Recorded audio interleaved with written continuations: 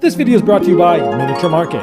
Thousands of board games, discounted prices, miniaturemarket.com. Hello my friends, it's the Game Boy Geek here. Hey, it's time to go to a convention. Well, not your favorite convention like Gen Con or BGG-Con.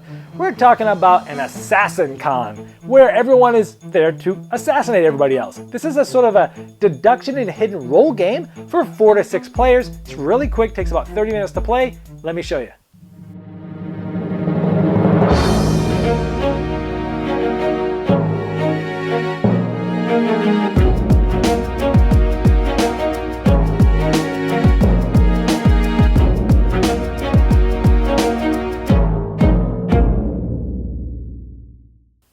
At the beginning of each round, every player is going to get a colored deck, and it's going to have a target card of that color and a bunch of move cards of that color all below.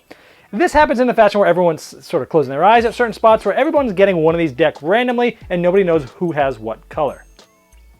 Then, in this round, we have the person pursuing me is going to be the player sitting to my left. The person that I'm targeting is going to be the player to my right. So at this point in time, everyone's going to take from their deck their target card, which looks like this, and they give it to the other player. So I would get it from my player to my right. I would secretly look at it. Nobody else would know this but me, but we do.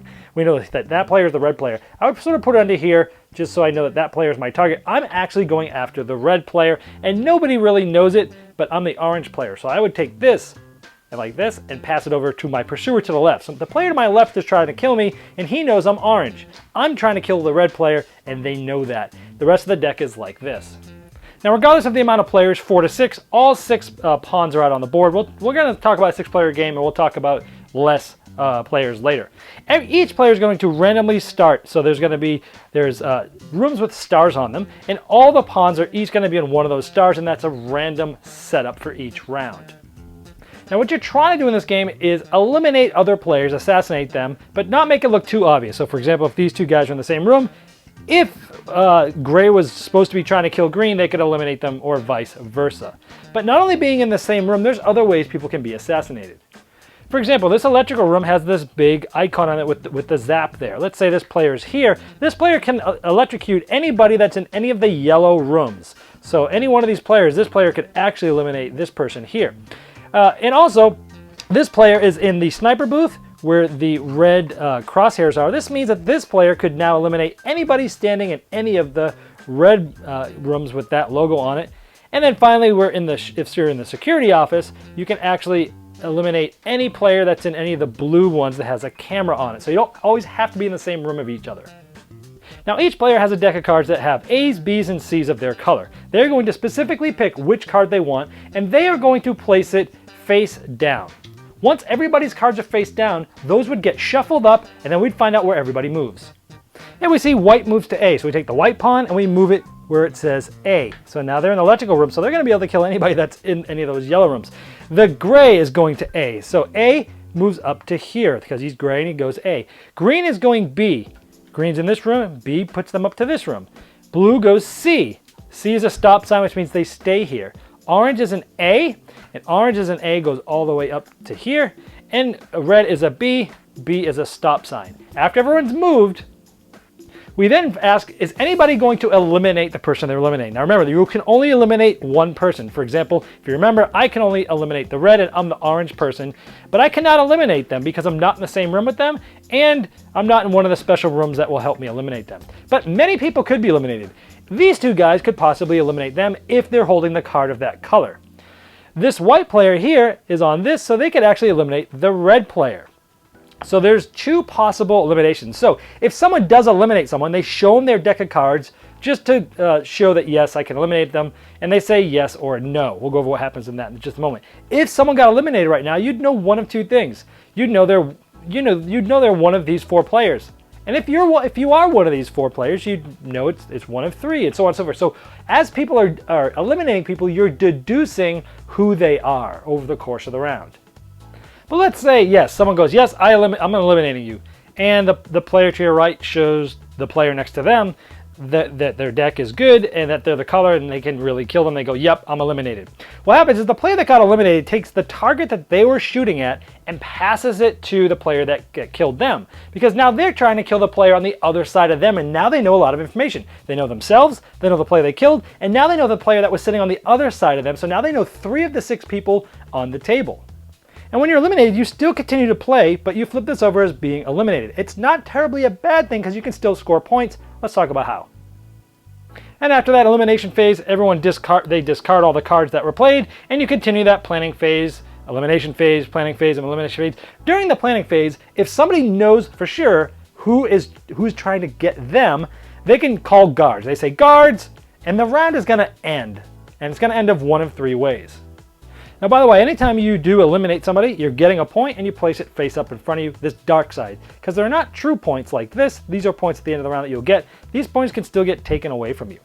So let's say I point to the player to my left and I say, hey, you, I know you're chasing me. You're my pursuer. I already know that.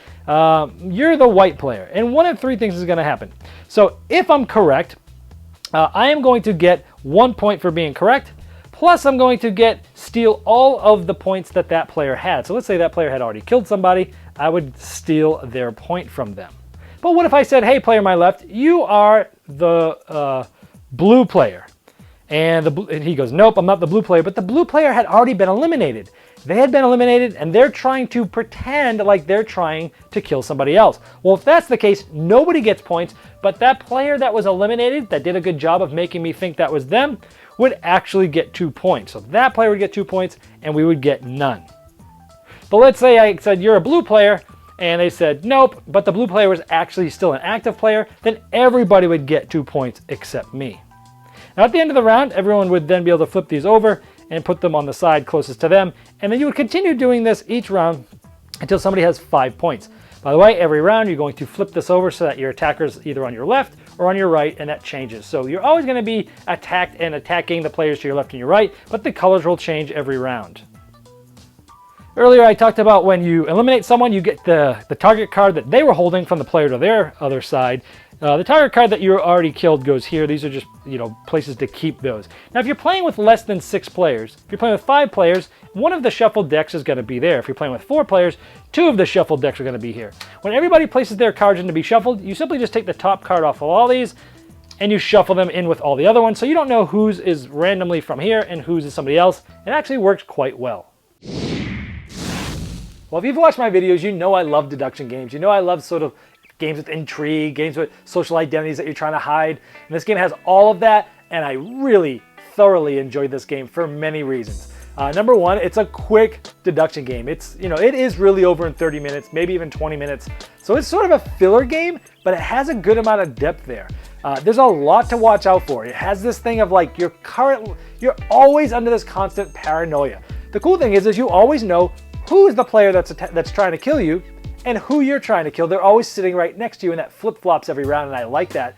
But I also like that, you know who that player is that you're trying to kill, you know what color they are, and you're trying to find them. But at the same time, you're watching what other people are doing, and you're like, oh gosh, did that person just move there because they have my number? Should I call them out? Well, if I call them out, great, I get a bunch of points, but if I get the wrong one, everyone else is gonna get points, not me. Lots rides on that. Plus, the coolest part is when you take somebody out and you eliminate them, okay, cool. You get the next player's, or that player's target, which is the next player. And then you get them and you get the next one. And it's like dominoes start falling because you know who you are. You know who you were going after. And now you know this person. After that, you know like half of the table. And you start getting this momentum, and it's a really cool feeling. This game is just different. It's unique. It's fresh. I love that when you get eliminated, you're not out of the game. You're not even out of the round. In fact, you actually have a different motivation. You're now trying to specifically try to act like someone who's trying to get somebody else. Because if someone calls guards on you and you're eliminated, you're the only one to get 2 points. And I think that's brilliant. It gives people that are eliminated something to do, and it gives them a different goal, which I think is awesome. Also, it plays best with 6 players, but even if you're playing with 4 or 5 with those random stacks, literally people look like they're moving randomly a lot in this game, so it works just fine. Usually I don't like these, robot players or automatic players, but this works. Like, you really still have no clue who the people are and who just the blank piles are. Great, great deduction game. I loved it. I highly recommend it, and I'm keeping it in my collection and my library, so let's induct it properly with a saxophone serenade.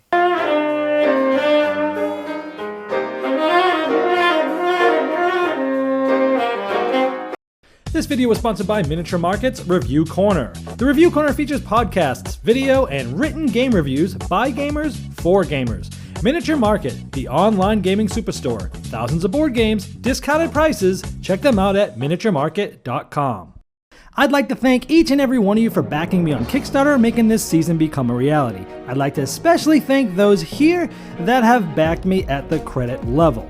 Now, these video reviews are also available by audio on our podcast. It's the intros and the final thoughts on GameBoyGeek.com. Click podcast.